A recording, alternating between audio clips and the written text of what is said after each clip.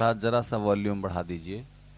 कि अगर आपके कोई प्रश्न, जिज्ञासाएं अपने जीवन के बारे में, जीवन की कठिनाइयों के बारे में, धर्म, ईश्वर, अध्यात्म से जुड़े हुए कोई भी प्रश्न, जिज्ञासाएं हों, उन्हें आप पूछ सकते हैं। और किसी विशेष बिंदु पर आप कुछ चर्चा सुनना चाहें कि इस बारे में हमें कुछ विशेष जानना है, वो भी आप संकेत कर सकते हैं। मैं अभी थोड़ी देर 1-2 मिनट परमेश्वर की प्रार्थना स्तुति के लिए कुछ मंत्र आदि बोलूँगा, तब तक आप सोच लीजिए। और नहीं कुछ आपके मन में आता तो फिर जो भी मेरे मन में होगा वो मैं आपसे कहूँगा। ओम यदंगदाशुषे त्वमग्ने भद्रं करिष्यसि तवेतत्सत्यमंगिरः तवेतत्सत्यमंगिरः। ओम इमां ऐन्द्रस्वस्तुतिं जुषस्व प्रसुमामिव उत प्रवर्धयामतिम् उत प्रवर्धयामतिम्। श्री सच्चिदानंद घनस्वरूपिणे शिवाय चानंत सुखाभिवर्षिणे विश्वोद्भवस्थान निरुद्धि हेतवे नुमो वयं भक्तिरसाप्तये निशम् नुमो वयं भक्तिरसाप्तये निशम्। यस्य कारुण्यलेशेन सर्वं सर्वत्र सिद्ध्यते संकल्पितं हृदाभीष्टं तं वन्दे जगदीश्वरम् तं वन्दे जगदीश्वरम्।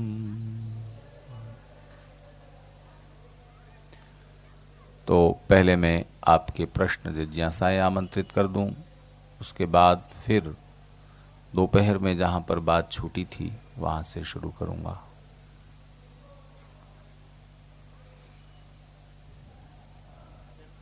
जी, ईश्वर है ऐसा तो आपने सिद्ध कर दिया और हमने मान भी लिया कि ईश्वर जैसी कोई चीज है या शक्ति है या जो जी। लेकिन उसकी हम उपासना कैसे करें, उसके नजदीक कैसे जाए, उसकी माइक ले लिए, माइक ले लिए, फिर से बोलिए। हाँ जी। आचार्य जी का सुबह प्रवचन सुना, उससे तो हमें ज्ञात हो गया कि ईश्वर है और उस ईश्वर को मानना चाहिए। तो हम कैसे ईश्वर को माने, इस ईश्वर की कैसे उपासना करें, कैसे नजदीक जाए और उसमें हमें कैसे श्रद्धा बढ़े। जी, ये जी। देखिए, दो ही तरीके हैं। संक्षेप में और संकेत में मैंने उस दिन भी कहा था कि भगवान से हमारी दूरी समय की या स्थान की नहीं है। जहाँ हम हैं वहीं भगवान हैं, जिस समय में हम हैं उस समय में वो सतत हैं। केवल हमारी दूरी मन की है। तो दो तरीके हैं। एक तो हम अपने मन को सब ओर से हटाकर भगवान की प्रार्थना में लगाएं। देखो, ध्यान और समाधि की बात अभी भूल जाइए। प्रार्थना हर कोई कर सकता है। एक छोटा बच्चा जिसने बोलना सीख लिया है, थोड़ी भाषा समझने लगा है, वो भी प्रार्थना कर सकता है और मन लगा सकता है। केवल प्रार्थना उस भाषा में होनी चाहिए जिसे आप समझते हैं, और जो आपकी कामना है उसमें मन आसानी से लग जाएगा। फिर संस्कृत के मंत्र के द्वारा आप ज्यादा बड़ी प्रार्थना थोड़े शब्दों में कर सकते हैं। इसलिए ध्यान की एकाग्रता के लिए वो मंत्र, वेद के मंत्र सहयोगी होते हैं। पर उनके अनुवाद को भी गुजराती में, हिंदी में कहकर आप ईश्वर से प्रार्थना कर सकते हैं। पर एक दिन में ही आप ईश्वर की नजदीकी का एहसास पालेंगे ऐसा नहीं होगा। निरंतर प्रार्थना करें। कुछ दिन तक करें और कुछ देर तक रोज करें तो धीरे धीरे ईश्वर की कृपा से ही आप ईश्वर के आनंद की झलक अंदर अंदर महसूस करने लग जाएंगे। जब आप रोज भगवान से कह रहे होंगे भर्गो देवस्य धीमहि। इस वाक्य के दो अर्थ हैं, हे देव आपके अनंत गुण और शक्तियां भर्गः को धीमहि मैं धारण कर सकूं, मेरे अंदर भी कुछ अपने गुण और शक्तियां दीजिए। एक दूसरे इसका मीनिंग है, हे देव आपके भर्गः आपका जो स्वरूप है, आपका जो ओरिजिनल असली रूप है, आनंदमय प्रकाशमय तेजोमय पापनाशक जो स्वरूप है, उसको धीमहि मैं ध्यान कर सकूं, जान सकूं।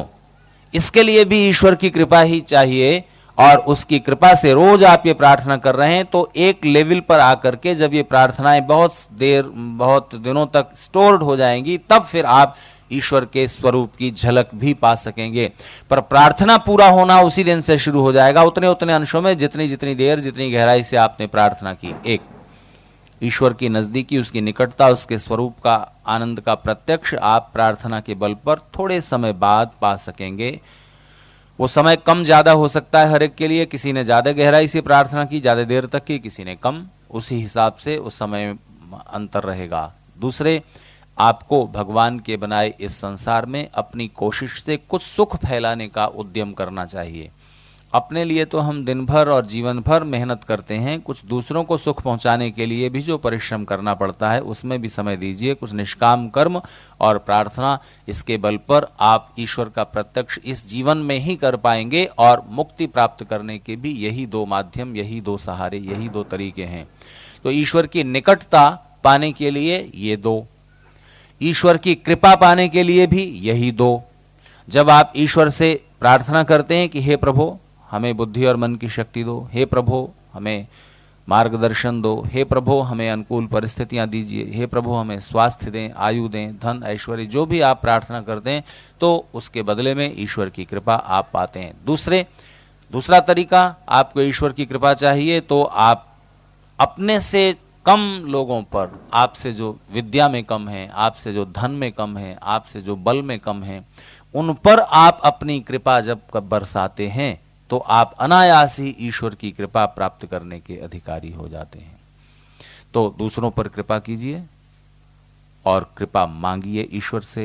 इन दोनों के बल पर आप ईश्वर की कृपा के अधिकारी होंगे। तो निकटता और कृपा, इन दोनों को पाने के लिए आपको यही दो समान उपाय करने हैं। ठीक है जी। और कोई प्रश्न आपका? हाँ जी, मोक्ष यही दो, सेम, प्रार्थना, निष्काम कर्म।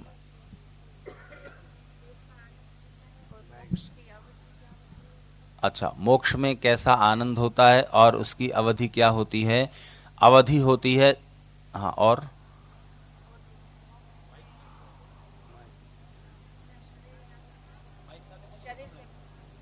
मोक्ष में,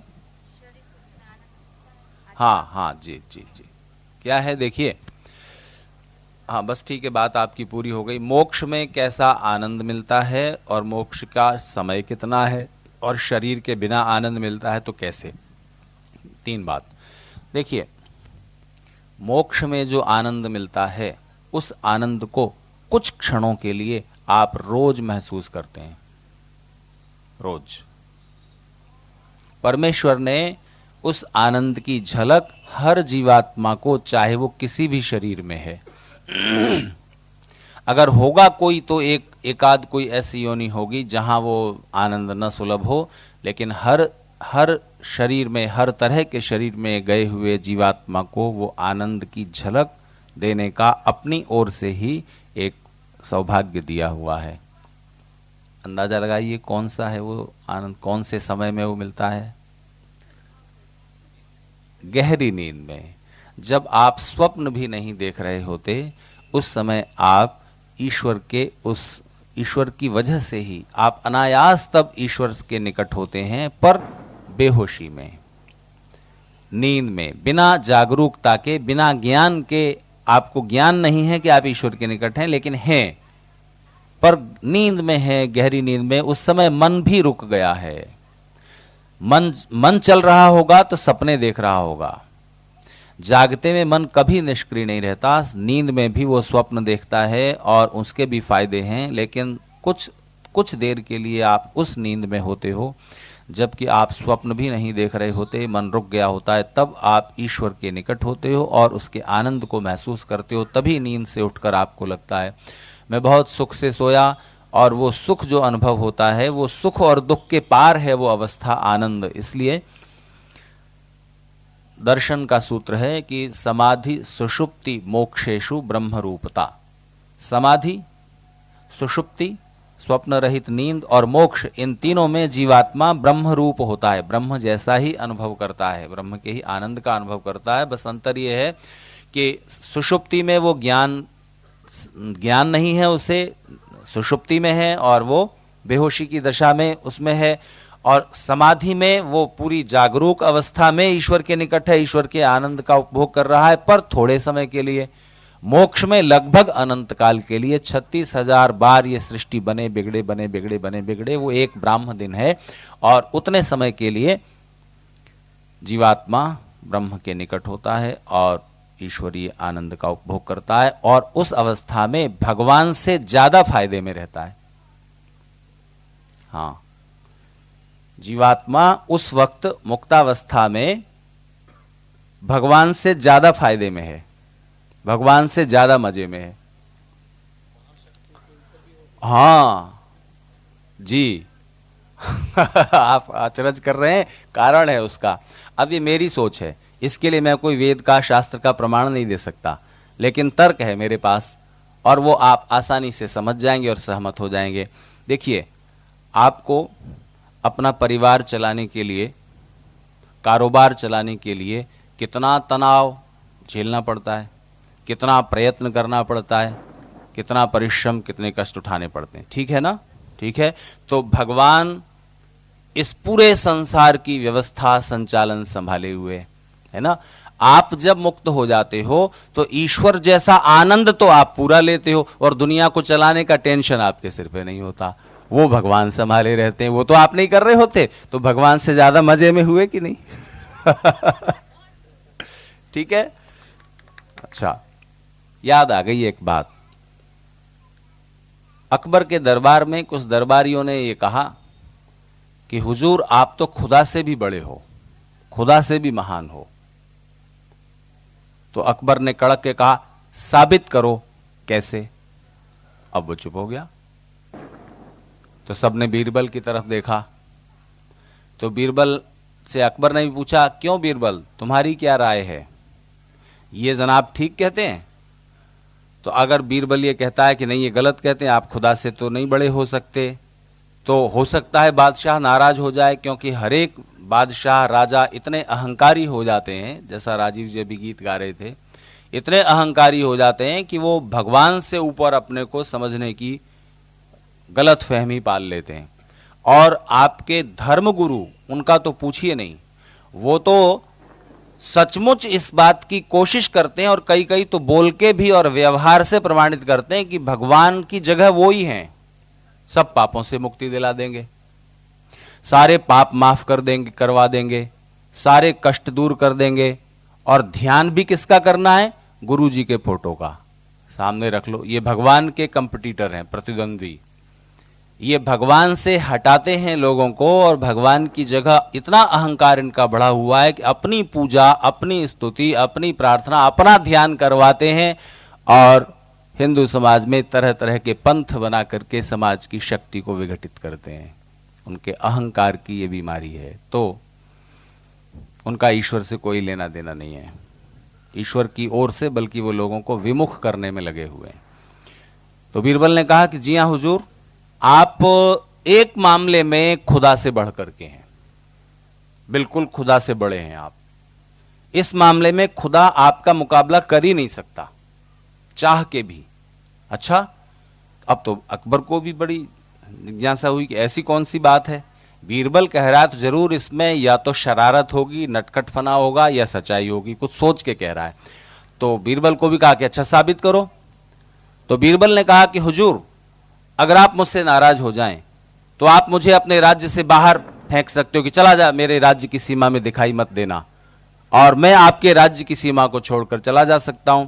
लेकिन अगर खुदा मुझसे नाराज हो जाए और कहे कि चला जा मेरे राज्य की सीमा से बाहर, तो वो चाह के भी ऐसा नहीं कर सकता, और मैं उसके राज्य की सीमा से बाहर नहीं जा सकता। इस मामले में आप खुदा से बड़े हो। आप मुझे अपने राज्य की सीमा से बाहर कर सकते हो, खुदा नहीं कर सकता।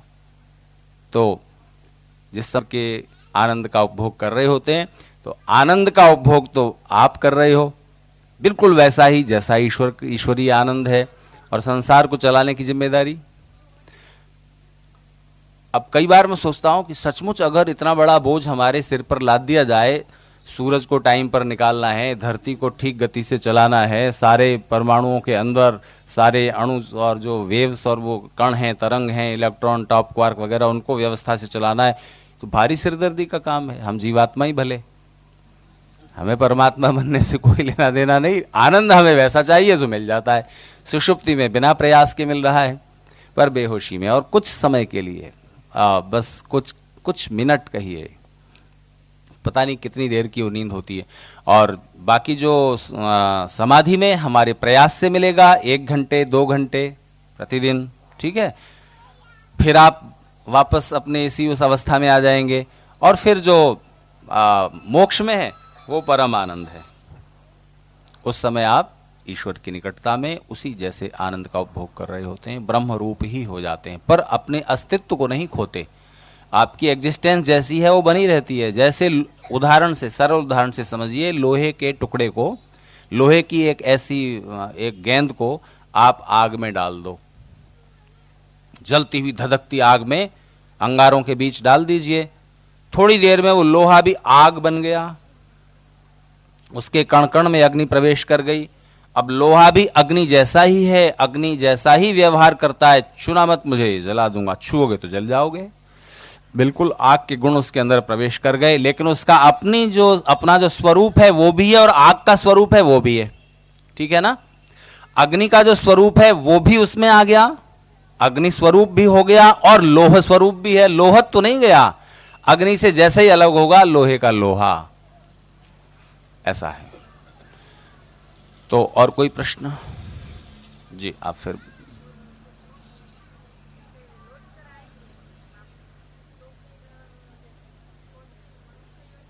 मनुष्य योनि में, मोक्ष से लौट कर आएंगे मनुष्य योनि में, जी।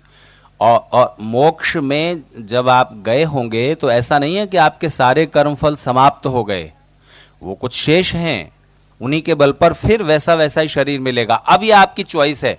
जैसे आप इस प्लेटफार्म पर आए हैं, यहां से वापस उड़ान भर लें, फिर से मोक्ष चले जाएं एक ही जन्म के बाद, 2-3 जन्म के बाद, थोड़ा संसार का रस लेके, और चाहे तो और नीचे नीचे नीचे उतरते जाएं, ये आपकी चॉइस है, आपकी रुचि है। हर योनि में अलग अलग टाइप के सुख हैं, ऐसा नहीं है कि मनुष्य ही सुखी हैं।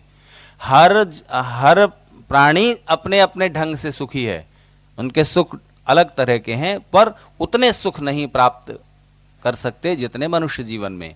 और जो उन्नति के विशेष अवसर हैं वो मनुष्य जीवन में ही है, बाकी सब पशु पक्षियों की बजाय। मोक्ष सब सर्वोत्तम उन्नति मोक्ष है, सबसे बड़ी उन्नति, चरम उन्नति, उसको पाने का प्रयास भी मनुष्य जीवन में ही किया जा सकता है।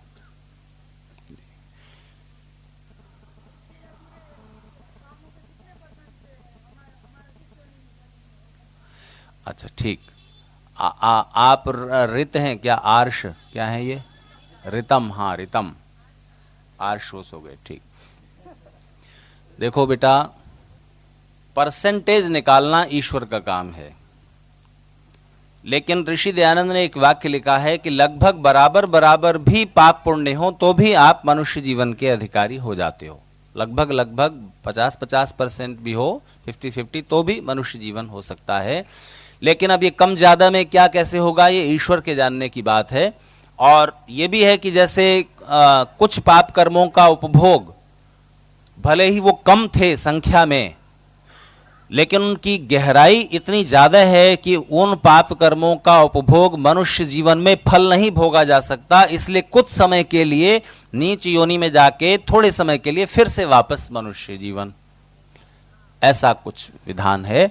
और अपने को उस ज़्यादा बारीकियों में जाने की बजाय, और ख़ास तौर से तुम्हारी उम्र में, बस इतना ध्यान रखना चाहिए कि हमें जहाँ तक हो सके अन्याय से दूसरों को दुख नहीं पहुँचाना है और अपना काम ईमानदारी से और पूरी मेहनत से करना है। तो अभी तुम्हारा काम है कि पढ़ाई पूरी मेहनत से करना, खेल भी अच्छे से खेलना, खेल में भी बेईमानी नहीं करना, और तो बेईमानी करने के चांस है नहीं, है ना। खेल में ही बच्चे ज़्यादा कुछ बेईमानी कर पाते हैं, तो वहाँ भी नहीं करना, क्योंकि बेईमानी से कोई खेल जीतेगा तो उसे अंदर अंदर सेल्फ रिस्पेक्ट का मजा नहीं मिलेगा। खेल का मजा भी ईमानदारी से खेल कर ही मिलता है, और लोग भूल जाते हैं बाकी बिजनेस और उसमें भी आप अगर प्रॉपर वे से जा रहे हैं तभी आप जो अंदर स्वाभिमान की तृप्ति का रस है वो तभी आप पा सकोगे, इसके बिना नहीं। और कोई प्रश्न? जी डॉक्टर साहब माइक दे दीजिए। हाँ जी, कोई बात नहीं। हेलो, हिंसा के बारे में मुझे पूछना था जी। कोई मनुष्य किसी की कत्ल करे उसको पाप लगता है, सही है ना जी। तो किसान है, खेत में है, कीड़े हो गए, मच्छर हो गए, तो जंतुनाशक दवा का स्प्रे करते हैं तो लाखों की संख्या में कत्ल करते हो, तो एक मनुष्य की कत्ल के बराबर वो लाखों की कत्ल कितना गुना वो उसका दंड जी जी मिलते? जी देखिए, ऐसा है,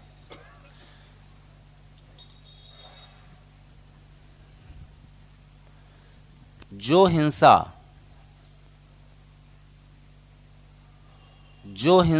आप अन्याय से करते हैं उसका पाप लगता है।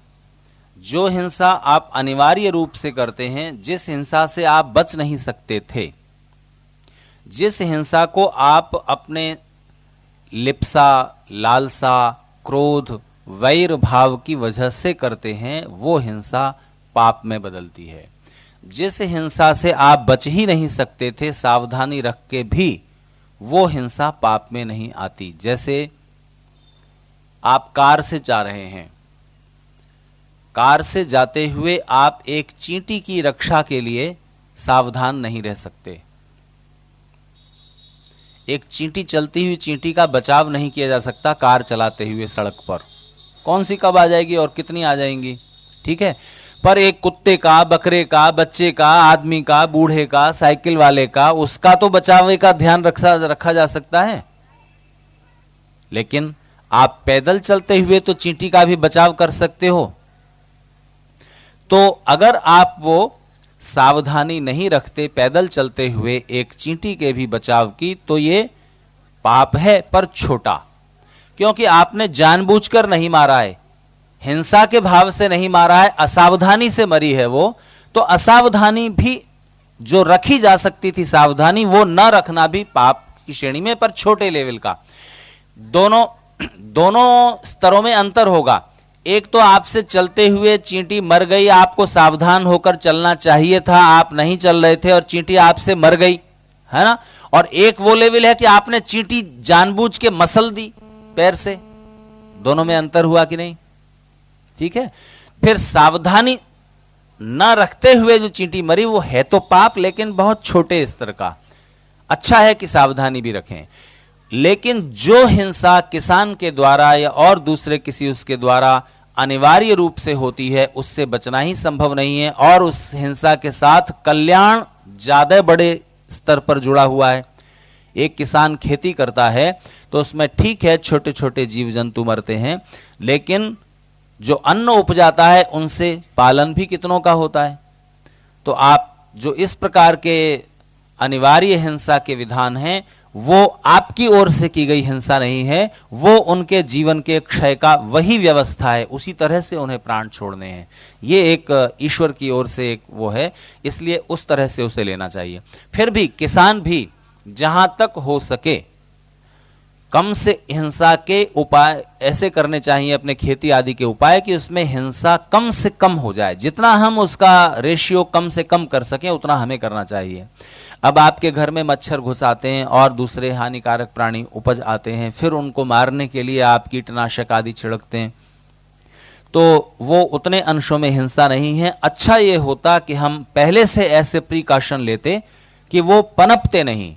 जैसे काकरोच घर में पैदा हो गए फिर आप उन्हें मार रहे हो, इससे अच्छा है कि उनके पैदा होने से पहले ही आप घर की साफ सफाई रखें, और कभी कभी उनके घर में घुसने और पैदा होने से पहले ही कीटनाशक स्प्रे कर दें, तो कीड़ा आएगा नहीं, कीड़ा जन्मेगा नहीं।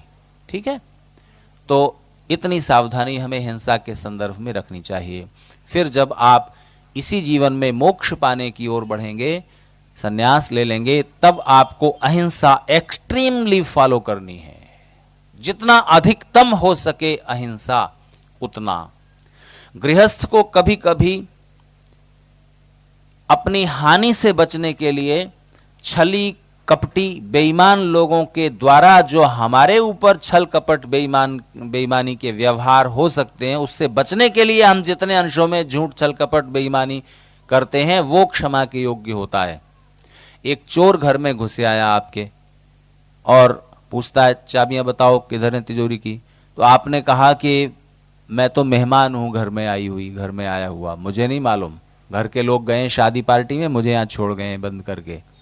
तो आपने झूठ तो बोला, पर यह पाप है। ये चोर तो सब लूट ले जाए, है ना। आप ये झूठ बोल के बच गए, तो ये आपने अपने लाभ के लिए झूठ नहीं बोला है, अपने फायदे के लिए झूठ बोलोगे तो वो पाप में आएगा। ये आपने अपने बचाव के लिए झूठ बोला है तो ये पाप में नहीं आता। चोर आपको मारना चाहता था, उसने छुरा निकाला, पिस्तौल निकाली, आपने किसी तरह छीन करके, वो असावधान था, आपने छीन के उसके, फिर उसने दूसरी पिस्तौल निकाली, आप पर फायर करना चाहता था, आपने पहले फायर कर दिया।